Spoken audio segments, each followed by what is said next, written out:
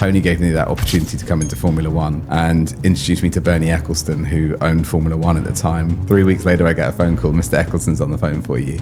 And that was the moment that changed everything. Now, looking at your story, it kind of reads like a Bond movie script, right? I mean, 10 days on an island in the Pacific Ocean with no food or water. That ability to live disconnected from the world for that long is one, like, if you look at the impact, like, when's the last time someone didn't have their phone for 10 days? Yeah. Like, what does it take to succeed working with affluent clients? Going back to what these billionaires and people who are changing the world want and value is that big mindset. People come to them asking for things.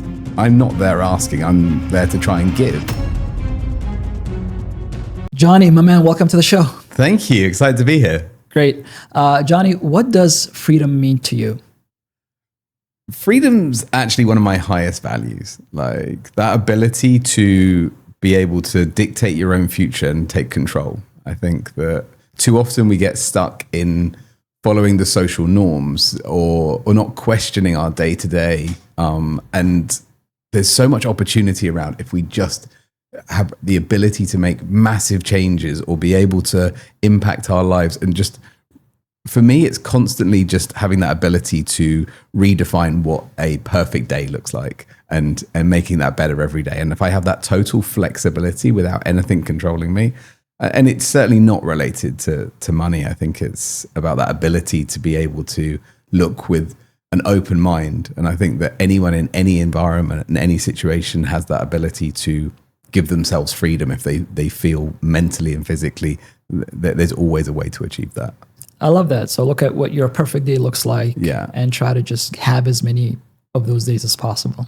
Well, I mean, that's where it all starts, right? And I think sometimes we look too far into the future or greater goals. And I always want to come back and be like, how do I get up in the morning better? Like, how do I, like, what are those steps? Like, really break it down. Because I try and remind people that the end goal in life isn't money, it's happiness. And I think that, or freedom, as those two are quite closely linked.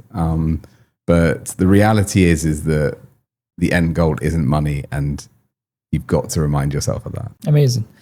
Now, looking at your story, it kind of reads like a Bond movie script, right? Super yachts, super cars, badass billionaires.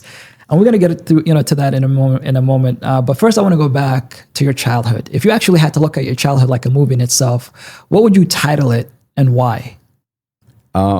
Good question. I think that it's that ability to play without limits.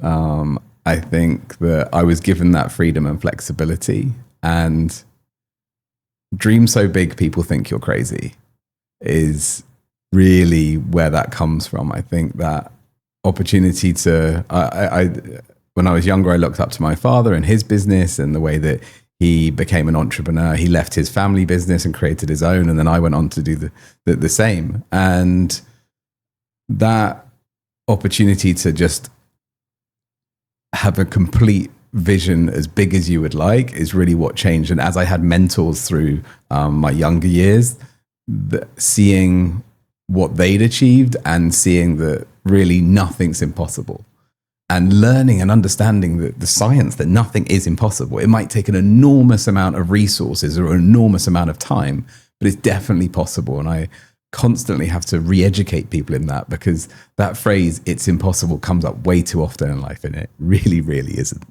And you've had that from upbringing, because most people, it's actually the opposite, right? They grew up in an environment where the parents constantly telling them what their limitations are. You know, don't dream too big. Or why are you going to be a professional athlete? Or you're going to make $1 million. Like, you know, it's always like, you know, go to school, do your studies, get your job, and play it safe. Yet you're saying that you grew up in an environment where you were given the opportunity to think the impossible is possible. Yeah, look, I think that from those younger years, I had the opportunity to see some pretty impressive things with my father's business, looking after very high net worth clients with his business in super yachts and like seeing that world.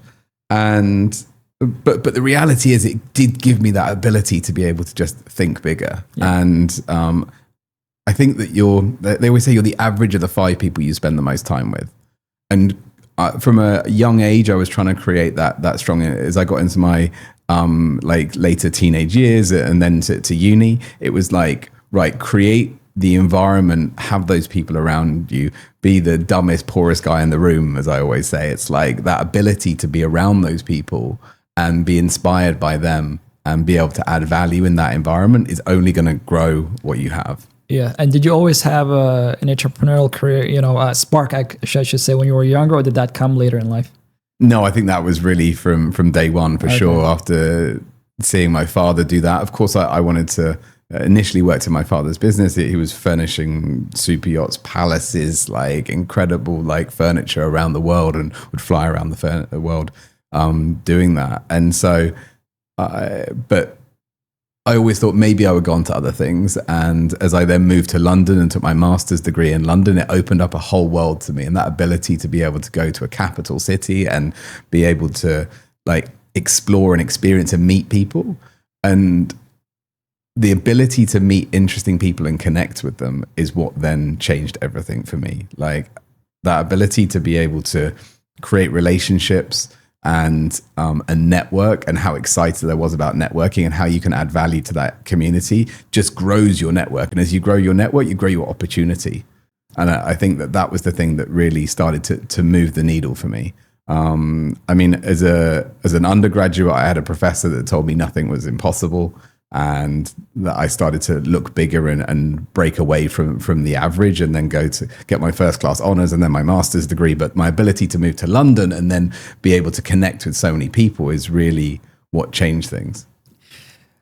I see life a lot like a movie, right? So when you're watching a movie, it's usually someone that lives in a normal life, or they might have a goal or a dream, but something happens in the movie that forces them to that massive transformation they go through. So in other words, you'll have that accountant that every single day is just doing his regular job, comes home, realizes his wife is kidnapped by some guys in the mountains, and now he has to transform into Rambo and fight to get his family back. But we all have a moment in our life we can look back and be like, this is the moment where everything changed for me, that there was no turning back. What was that moment for you? For me, and I love looking at life like that, and I think that people have to remember that like pain forces change. Absolutely. And, absolutely. So sometimes, what I would definitely agree with is that every time something that others may perceive as negative happens, and it forces you to have to make some pretty drastic changes, when those things happen, something ultimately better is always there. Like it becomes exponentially better. And as I started in my early career, I set up a few of my companies doing things. I ended up buying a nightclub in London. My networking led me to connect to one of my greatest first mentors, a guy called Tony Fernandez, who at the time owned AirAsia, and he owned QPR football team. And he then bought a Formula One team. And we were great friends. We bought our nightclub together. And there was a moment where I fell out with some of my other partners at that nightclub. Things weren't performing as I'd wanted. And Tony gave me that opportunity to come into Formula One and introduced me to Bernie Ecclestone, who owned Formula One at the time. And I remember like picking up the phone and trying to call Bernie and calling him at his office. And I was like, hi, can I speak to Mr. Ecclestone? And they were like, sure, we'll let him know you called. Like, and they called back the week later. They were like, yeah, we'll let him know you called. 3 weeks later, I get a phone call. Mr. Ecclestone's on the phone for you.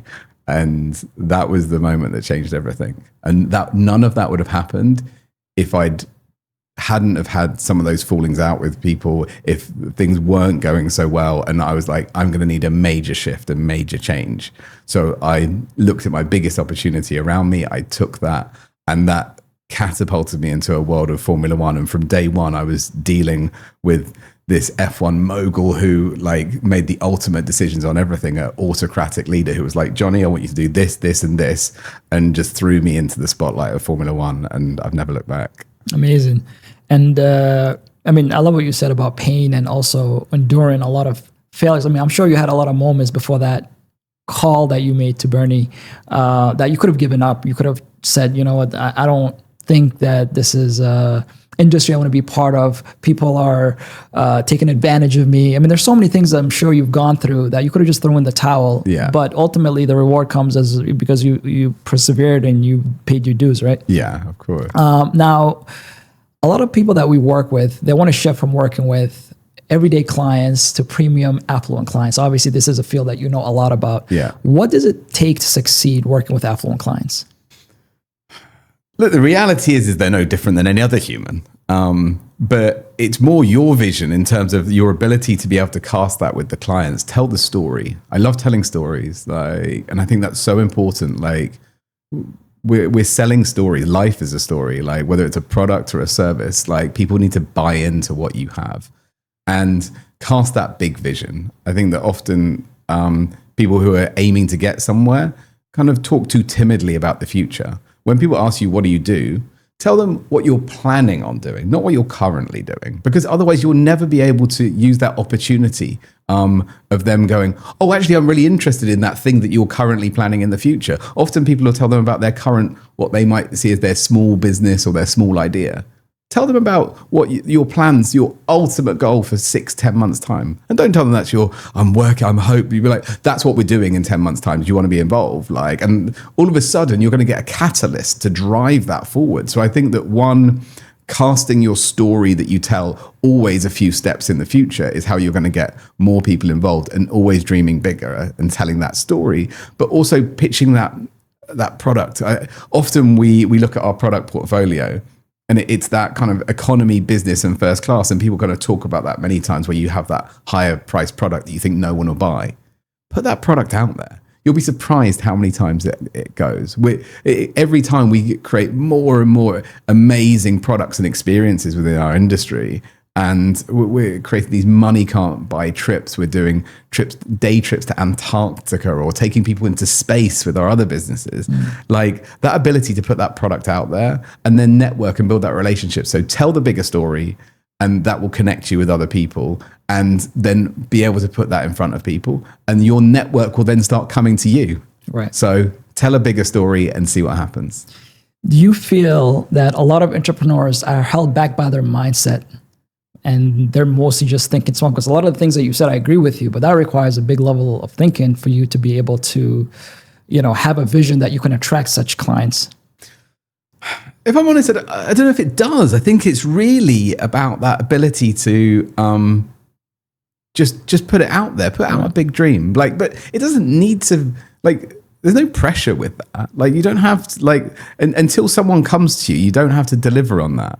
And some of the greatest stories of entrepreneurs is where someone's told that story, someone's come and gone, I want that. And then they're like, oh my God, how do I sort this now? Yeah. Make that your problem. Like, my biggest problem is, like, I want to be able to struggle to get this enormous request from a client. So I think by putting that out there, I think that people need to, I think there's not too much challenge in changing your mindset. In my eyes, if you see nothing as possible, you see no boundaries. Just keep reminding yourself, like, that it's not the end of the world. Just push yourself in that direction. Right. It's almost like saying, all right, look, what is the biggest problem I can solve? And it might be a problem that doesn't exist right now, but a problem that you can see maybe 5 months, 6 months, a year from now.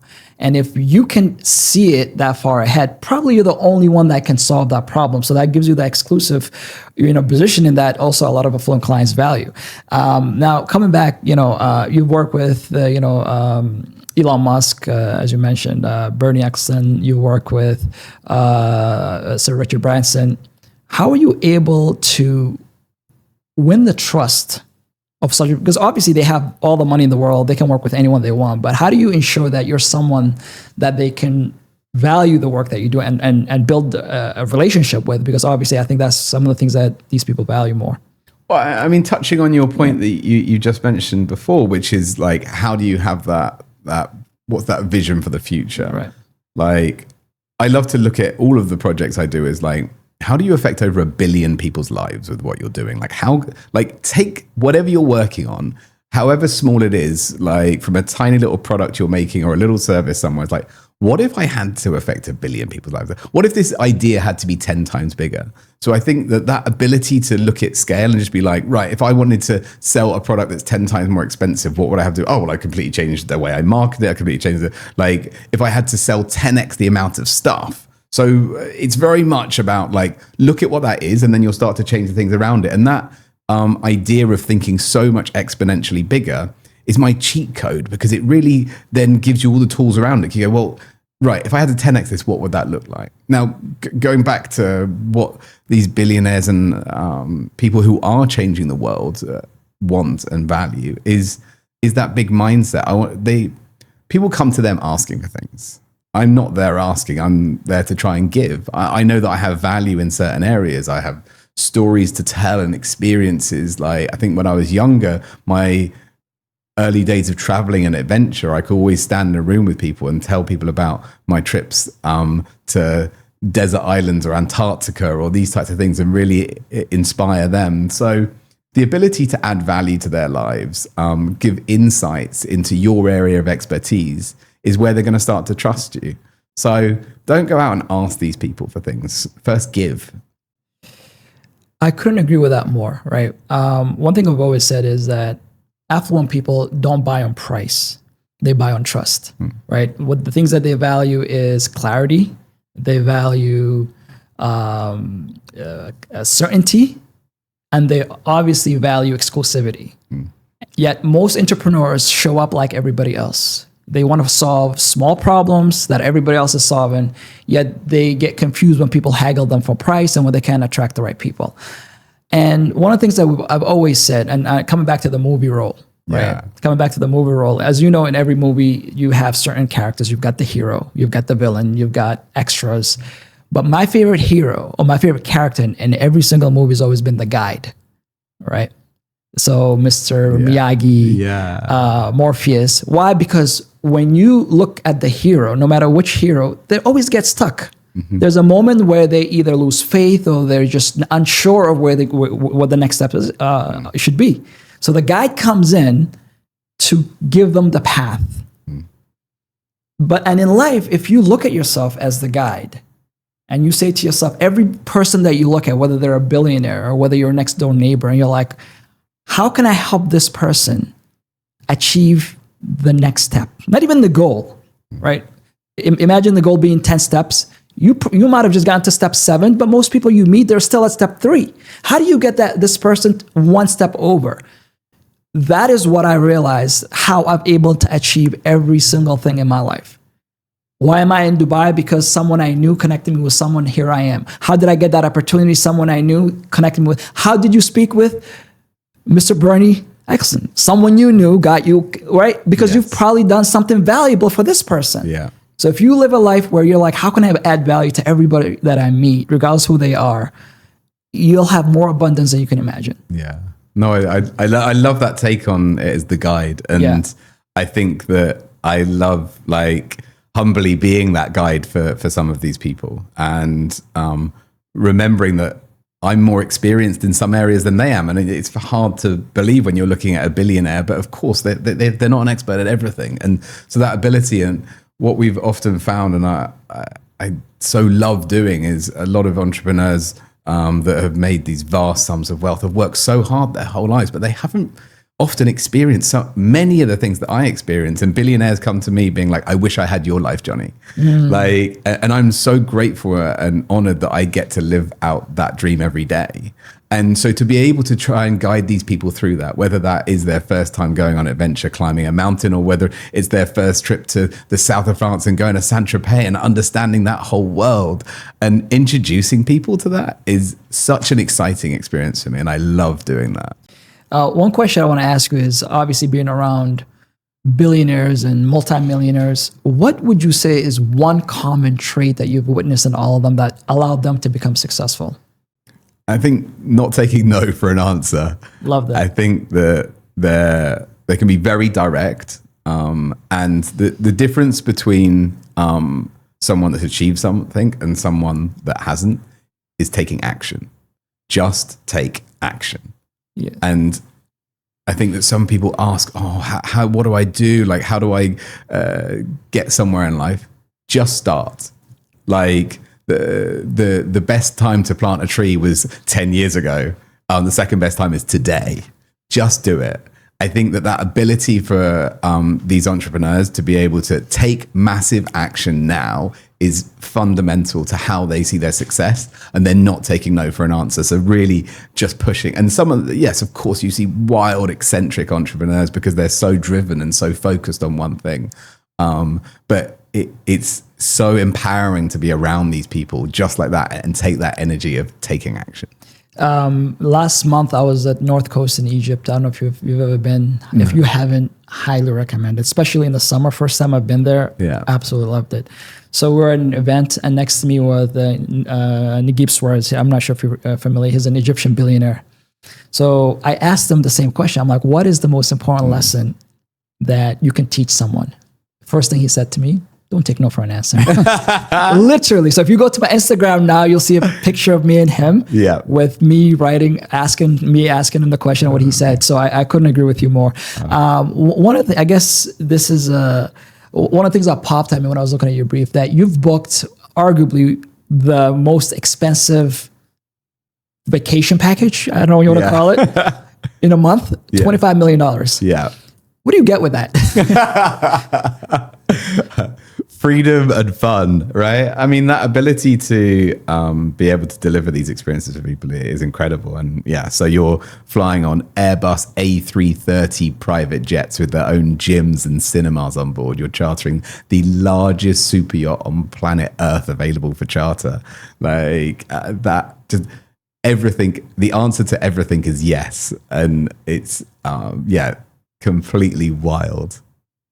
Yeah, I mean, I'm trying to picture, it's like, I mean, I can go on vacation for 25 years. That's what most people think about. In a month, I guess there's a different levels to everything, right? Yeah, that was, certainly a special trip. Yes. What would you say are some of the biggest mistakes you've seen when entrepreneurs are trying to actually work with affluent clients? I think not understanding them. I think thinking that, and also thinking that they need to have achieved so much already, and kind of like and building these big kind of investing into like these parts of the business they're trying to grow into, and spending vast sums of money trying to get to these people. I think start slowly, build that momentum. Don't throw money at things when you don't know what it looks like. You need to be able to, I think the most important thing that I've learned in how I've grown my businesses is to, first of all, when you're stepping into this new arena or stepping up, is don't go with the first goal of money. Go into this like trying to offer the value back, like you said. Like, so go there, see how you can support and add value in whatever sector you're going into. So when I first started in some of these, whether it was in aviation with our jet business or with our yacht company, right, how can I support a client? Just add value to them. Don't even offer to book the jet or the aircraft. Like, right, I'll just see if I can help or advise you, or my knowledge connections. Again, connecting people, doing favors. Don't try and take some money out of the middle of the deal. Like, just get the deal done. Once you've done that, then you have a proof of concept, and you're going to add more, and they're going to be more interested in you. You've done something for nothing. They owe you a favor, like, and you're going to be able to offer it better than anyone else because you're not trying to make anything out of it. So start like that. That's the way to do that. Don't try and the other ways of investing loads in trying to get loads of money out of that from day one just isn't the right approach, as I see it, at least. Yeah. And what was your experience been like overall in managing these types of clients? Have you found them to be easier, more understanding to work with, or they're a bit more demanding and take a lot more energy out of you? You get a huge mix. Yeah. I mean, we deal with a lot of younger billionaires, some who are absolutely extreme, and like their demands are wild and last minute, and they're completely unreasonable and will totally change on a moment's notice, through to very humble, very quiet billionaires, which are challenging in their own way. Are we providing the right service? We've got no feedback. We don't know if this is like the right trip. We don't know if we've planned everything right because we're not getting the feedback we want. So I think that everyone has their own characters, and that doesn't change when you become a billionaire too. Yeah. I want to take a little bit of a sidetrack. Part of your story is you kind of had your own episode of Lost instead of a plane wreck. I guess in your case was a shipwreck. Yeah. And that, what'd you say? 10 days, Yes. no food, no. Okay, explain how what that experience was like, and perhaps I'm sure it shaped you some way in your mindset as well. Yeah, I mean, 10 days on an island in the Pacific Ocean with no food or water that ability to live disconnected from the world for that long is one. Like, if you look at the impact, like, when's the last time someone didn't have their phone for 10 days? Yeah. Like, I think that's a really exciting journey in itself and something that shaped me massively. But then getting down to the crux of it and this mindset, I spend my life looking after billionaires. So to find myself on a desert island where money doesn't matter, it has no ability to do anything for you, I think that is such a reawakening for people. For me, I've always tried to feel that money doesn't have that purpose that we think it does sometimes. So that ability to be happy with no money, and just your goal there on the island is to thrive. So, and the most important thing was the guy that could catch fish and the guy that could make fire. Yeah. And if you can make fire, then and catch fish, you're going. So the reality of that experience was just a total reawakening and just and humbling back to reminding yourself that these things that we have around us are pretty silly. We don't need any of them. One of the most amazing things in life is how life has a way of teaching you a lesson that only when you experience it, you'll know what the meaning is. For example, in my case, I remember breaking my leg. So for 3 months, I couldn't walk. And I remember the day I was able to walk again. It was one of the happiest days of my life, right? Yeah. So in your case, you've seen the people who can have everything in the world. Yeah. Yet the most valuable thing to you at that moment was just fish. Yeah. And fire. Yeah. Right. Now, maybe let me see if I guess I can turn this to a question that'd be valuable to our audience, because I know a lot of them are thinking, oh, it'd be nice to have super yachts and it'd be nice to have billions of dollars. What is something that the billionaires would look into the normal everyday person and say, I wish I had that? Because that's something most of us don't think about, because I'm sure there's something that we have that they'd absolutely love. Yeah. I mean, I think it goes back to your point before, is you don't, like, as you get wealthier, your problems don't disappear. Yeah. They just become different. And in the same way that those positives that you can install in your life don't change as you become a billionaire. So the ability for people to have this freedom, but also I've taken a long time studying happiness and understanding what creates happiness. And it's that you've got that importance of contentment, but also the ability to create change and evolve. And those little moments in life of walking a different way to work or driving a different way to work, being inspired by those little things, creating a really strong routine around how to program happiness into your life. And some of the wealthiest people in the world are incredibly unhappy.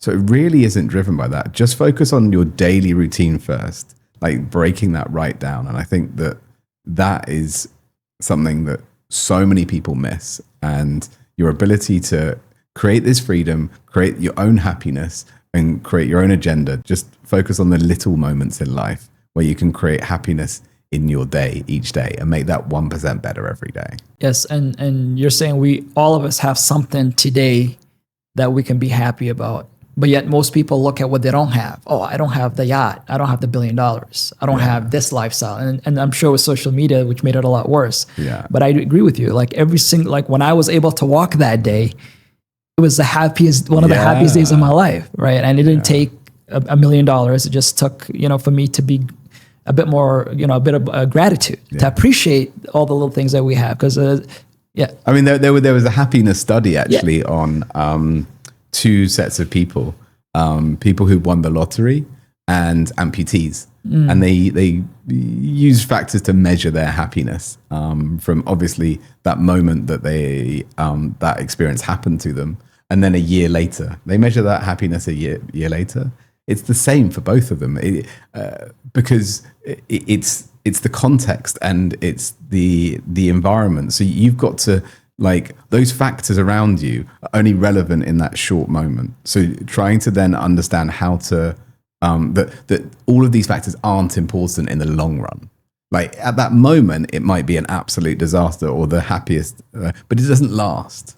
So, and often people ask me that question a lot about the billionaires and what they do to make themselves happy. And so many times, like I've gone to have coffee with someone in the morning, and I'll be like, "What have you done today?" Oh, like, well, for me this morning, I got up this morning at 6 a.m.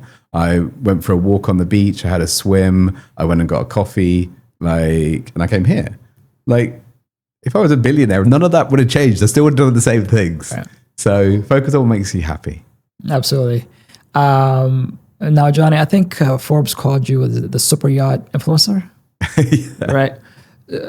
So my question is, how were you able to, I guess, create such a positioning for yourself, and then leverage that position into creating a massive online following? I think you mentioned 100 million views per month. Yeah, it's incredible what it's built up to. Yeah. And I'm surprised myself. And I mean, my audience of followers is not just about the volume, but also about how high net worth they are. And I'm appealing to those people. And by telling those stories, and people can watch online as they see the stories of clients calling us and these situations that happen with our client base, which is fascinating to see behind the scenes. So people are really enamored by that. But it also tells our story to our potential clients of what we do, and they can understand more. So when they've seen we've dealt with scenarios of getting a super yacht to Monaco Formula One or to Abu Dhabi F1 or arranging a last minute private jet, solving people's problems,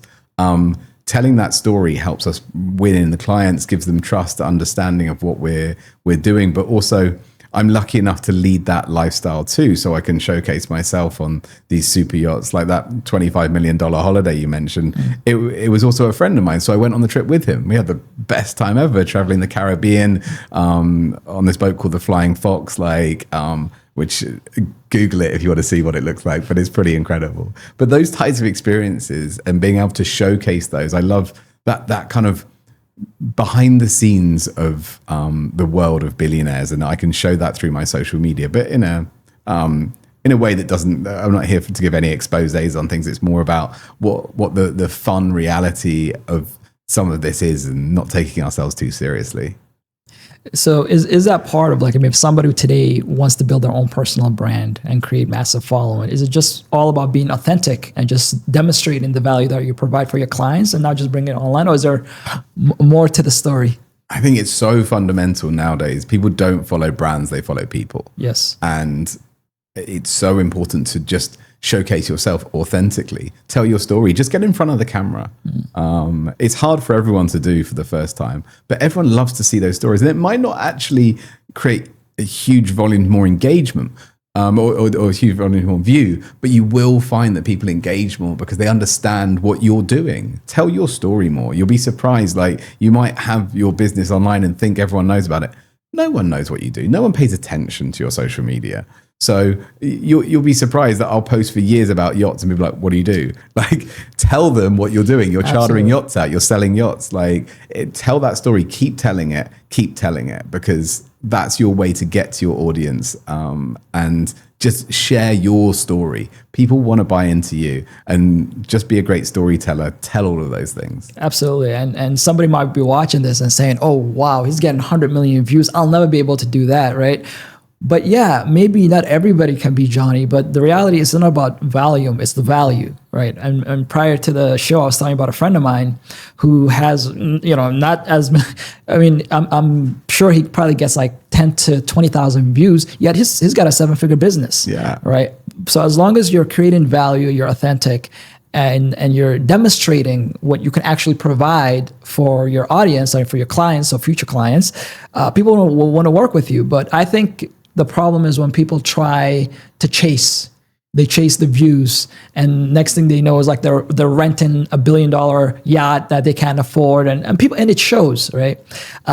So in your case, what would you say is the most difficult part about running the business that you're running today?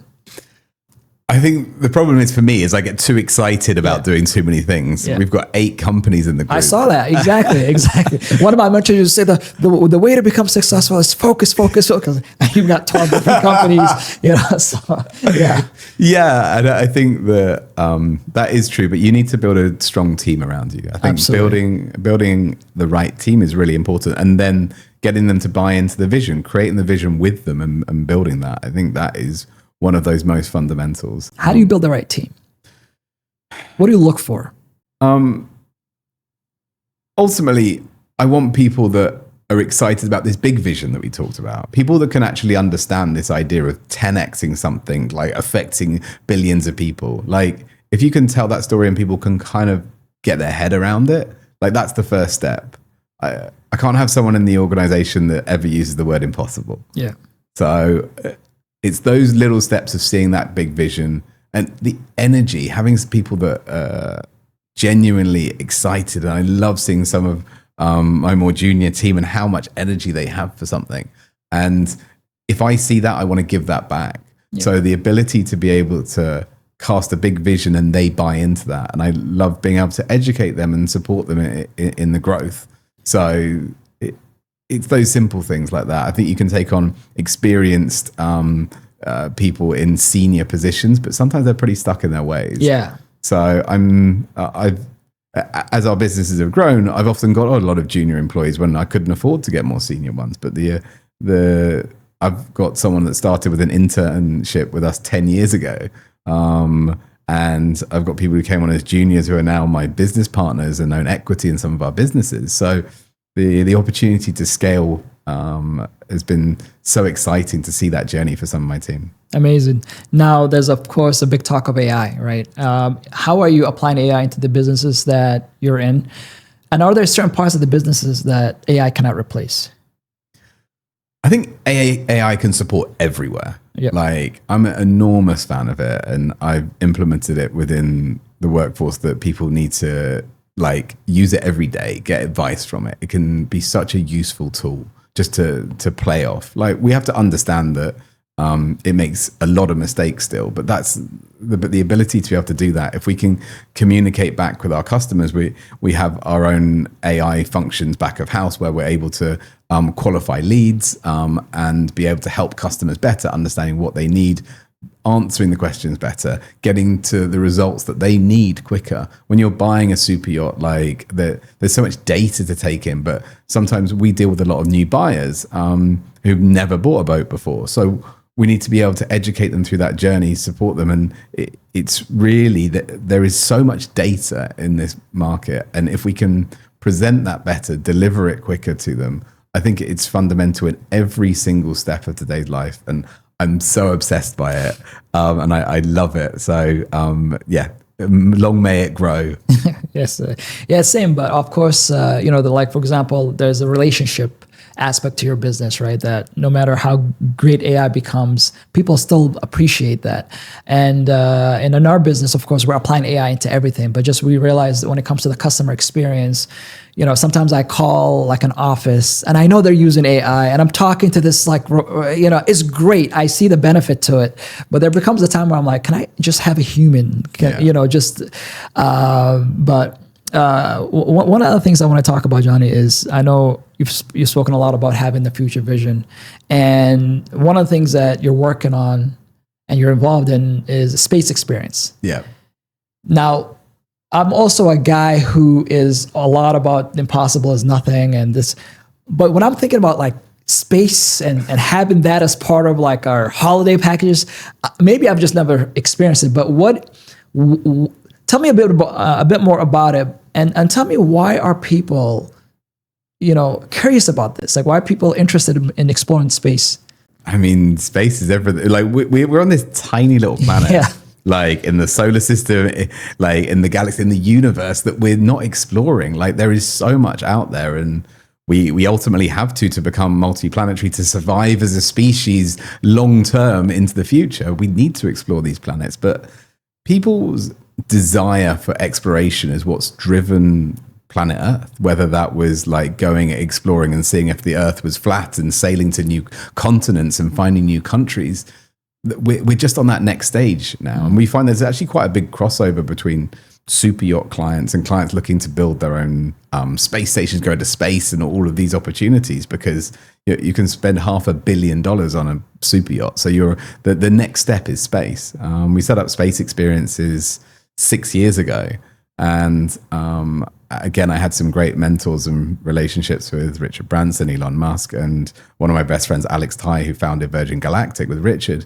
And I started astronaut training about 6 or 7 years ago, going weightless and feeling those experiences. We started to sell those products to people, and then sent our first customers to space about 3.5 years ago now with Blue Origin. And that journey of being a space travel agency and sending people to space is just the next frontier. But like everything that happens here on Earth can happen in space, and that industry is only going one way. Really? I'm one of my fears is heights, right? Maybe that's why I was asking. I'm like, I mean, just being like on a plane is already bad enough for me. Now I got to go to space, but I'll work through it. Yeah. Is this going to be an experience mainly just for the affluent, or do you think just like everything else over time, they'll, middle class and everyday average people can manage to experience this as well? Of course. I mean, look, long time we're looking to colonize Mars, and I always tell people when they think they're dreaming big is like Elon Musk is trying to send 100 rockets a day to Mars. So unless you're dreaming that big, you're not dreaming big, dream bigger. So yes, the future is definitely heading in that direction, and it will be very cost effective long term, but maybe not in the short term. Not in the short term. Now, a lot of people are learning today how to maybe master ChatGPT, right? And do that full stuff. You're training to be an astronaut. Yeah. Right. Like, where did that drive come from? Or is that something you've always wanted to do?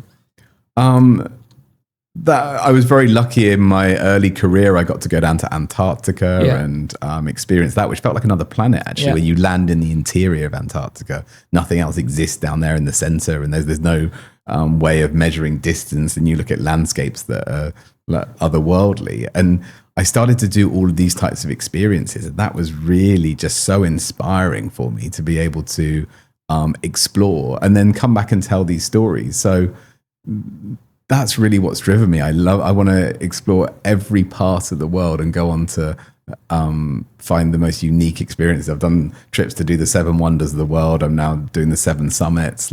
So any of these things, I think that I always tell people, like, travel is one of the greatest things we can do. And travel with purpose. So that ability to just not do your same holiday each year, but try and find reasons. I went to try and find different civilizations. I went and saw cannibal tribes in Papua. Like, I went to see places abandoned by humans for decades when I went to Chernobyl nuclear power plant. Like, these types of experiences. So pushing the boundary on experiences. I love to create those money can't buy experiences, people call, but really, it's just experiencing everything life has to have. And if I can just find the greatest experience on or off Earth, then I'm here for it. Which would you say is the ultimate money can't buy experience that you've had so far? That I've had? Or perhaps you've either you had or you've designed it for one of your clients. I mean, look, there's so many. I think, of course, space is the next one. To be able to send some of our clients to space was, of course, incredible. And I mean, but madly, commercial space travel has been happening for over 20 years. People don't realize. You used to be able to go up with the Russians as a cosmonaut. You would train there, and it was a lot more complicated. It certainly got easier. So if you want a $65 million space trip, you can go up to the space station. I mean, that is absolutely incredible.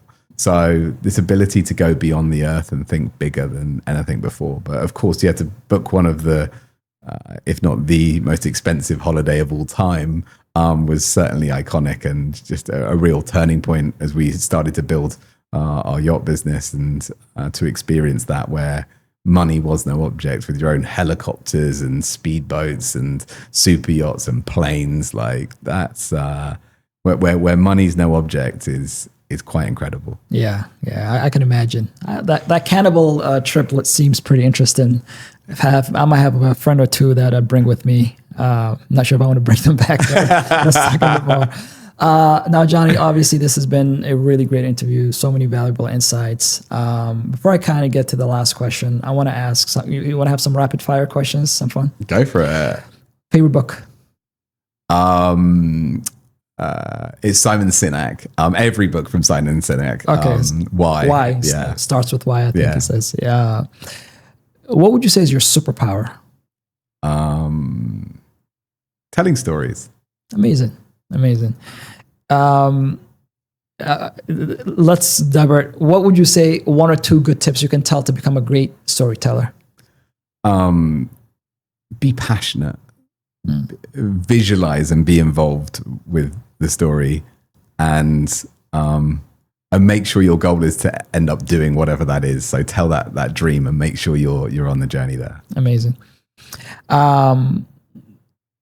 Most people I would ask is, who would be your dream dinner guest? I'm assuming you've probably already had that. Who would it be? Who's the most interesting person you've had dinner with?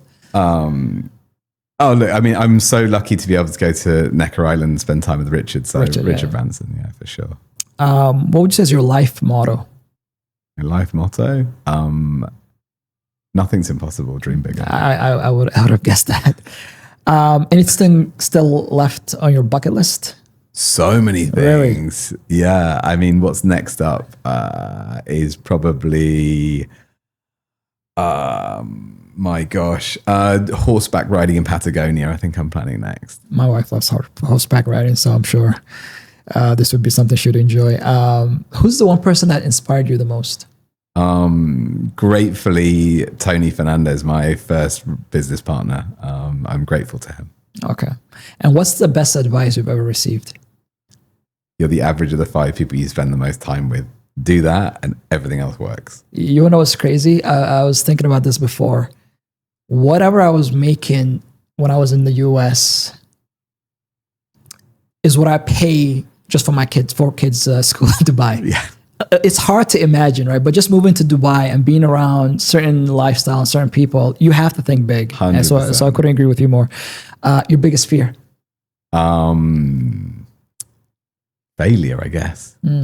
Always a concern, but it's amazing that even with all of your achievements, you still have that as a fear. Yeah. So it never leaves. No. So you just got to continue in spite of. You become more confident. Right. Yet, as I mentioned, one of the reasons I do the show is to show that you can achieve everything in life, but you still start same as everybody else. Now, how many people are there today in this world who have this fear of failure, yet they have this amazing potential that they could have achieved so many things, but they never take that first step? I think what you've got to do is, if you're aiming for the stars and you fail, you hit the moon. Absolutely. So keep aiming for the stars. And might as well, right? And that brings us to the last question, right? For anybody watching this today and they too want to pursue their own freedom, what's the best advice you can give them? I think dreaming without limits is so important. Go out, write this 5-year plan of yours, create the vision of who you want to connect with, because those 5 people, like what you want this to look like. How would your business look if you 10x'd the already big vision? Just 10x that vision and then look at all the tools around it and what you would need. Go out and get those tools. And hopefully that will take you on the stepping stones to an amazing opportunity. Amazing. Well, Jonny, this has been an amazing interview with you. Great insights. And it really shows what's that impossible is nothing, right? And I'm sure that with your vision that you have, you'll be creating a lot of amazing things. And thanks for sharing. And it was a pleasure having you. Thank you. I've loved it. Cheers. Awesome. I hope you guys enjoyed that one as well. So that's it.